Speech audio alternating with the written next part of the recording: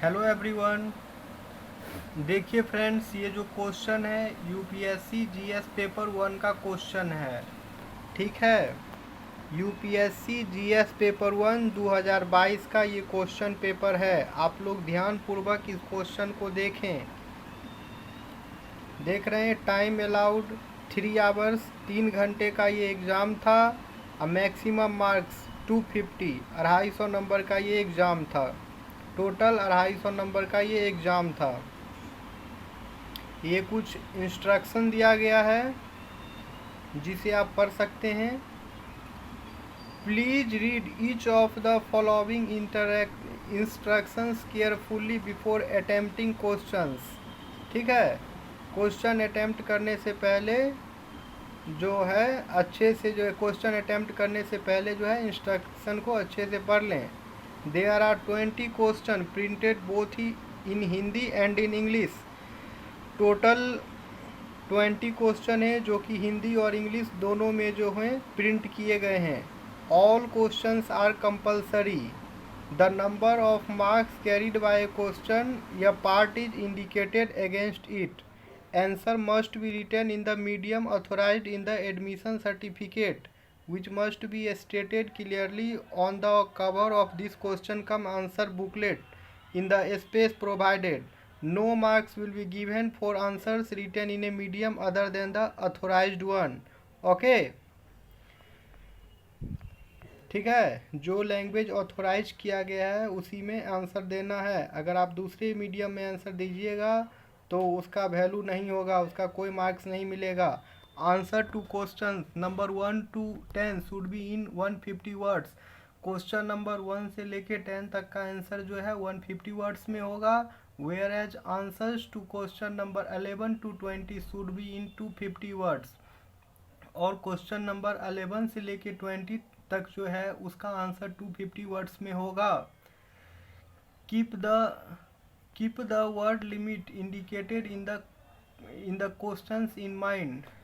Any page or portion of the page left blank in question cum answer booklet must be clearly struck up. ठीक है, question का ध्यान रहे कि question limit में जो वर्ड लिमिट है उतना ही में लिखना है। और दूसरा जो है क्वेश्चन पेपर अगर आपका बुकलेट को पेज जो है आंसर लिखने के बाद अगर वो खाली बच रहा है तो एकदम क्लियर होना चाहिए। ठीक है, तो क्वेश्चन नंबर 1 देख लीजिए। क्वेश्चन नंबर 1 है, स्पष्ट करें कि मध्यकालीन भारतीय मंदिरों की मूर्तिकला उस दौर के सामाजिक जीवन का प्रतिनिधित्व करती है।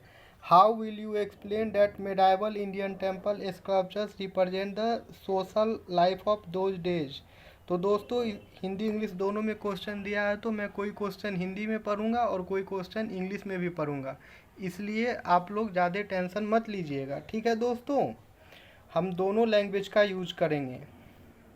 एक क्वेश्चन है, अधिकांश भारतीय सिपाहियों वाले ईस्ट इंडिया की सेना क्यों तत्कालीन भारतीय शासकों की संख्या बल में अधिक और बेहतर सुसज्जित सेना से लगातार जीतती रही?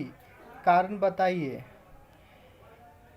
क्वेश्चन नंबर 3 है, why was there a sudden spurt in famines in colonial India since the mid 18th century? Give reasons. उसके बाद है 4 नंबर में, describe the characteristics and types of primary rocks.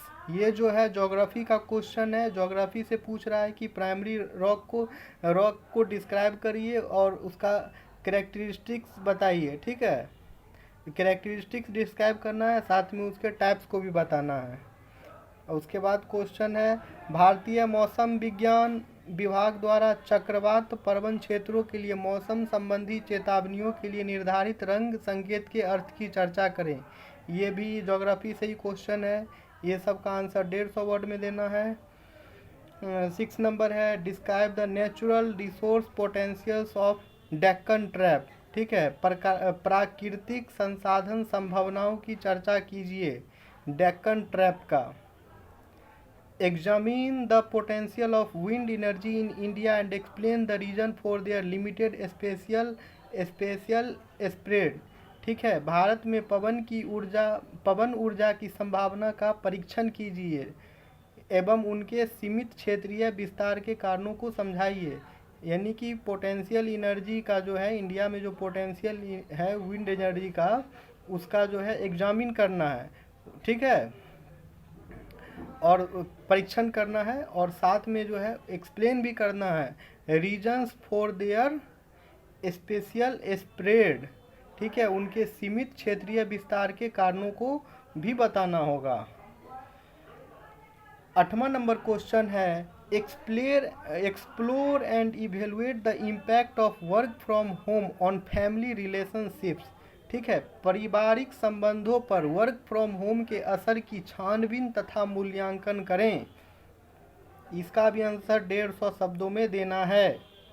Next question है उपभोक्ता संस्कृति के विशेष परिप्रेक्ष्य में नव मध्य वर्ग के उभार से टीयर 2 शहरों का विकास किस तरह संबंधित है, ठीक है। उसके बाद जो है आपका ये क्वेश्चन नंबर 10 है given the diversities among tribal communities in India in which specific context should they be considered as a single category. Bharat के जनजातीय समुदायों की विविधताओं को देखते हुए किस विशिष्ट संदर्भ के अंतर्गत उन्हें किसी एकल श्रेणी में माना जाना चाहिए।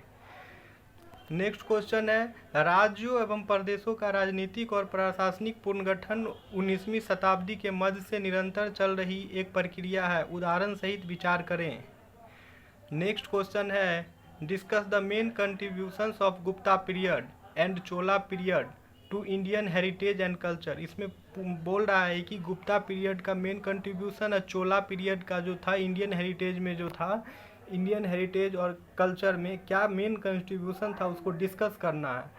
उसके बाद है discuss the significance of the lion and bull figures in Indian mythology art and architecture, ठीक है, लायन एंड बल फिगर का जो है Indian mythology art and architecture में उसके सिग्निफिकेंस को डिस्कस करना है।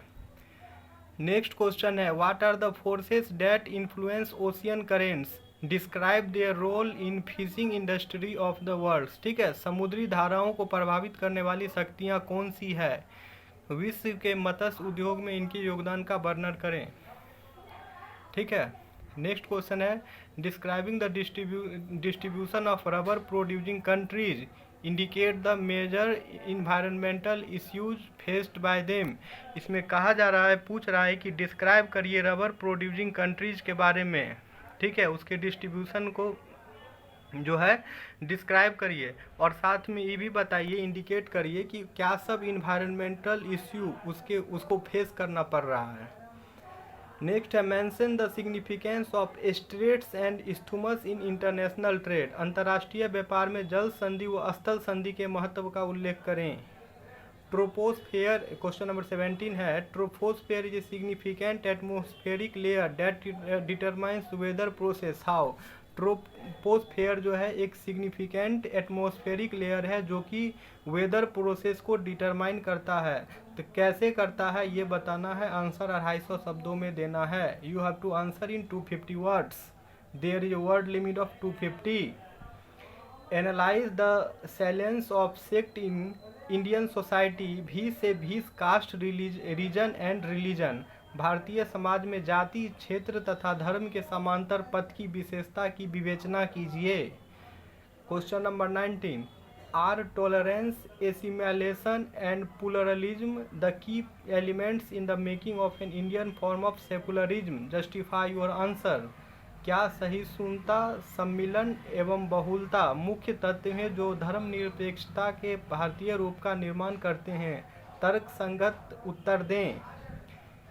इलूसिडेट the relationship between globalisation and new technology in a world of scarce resources with special reference to India.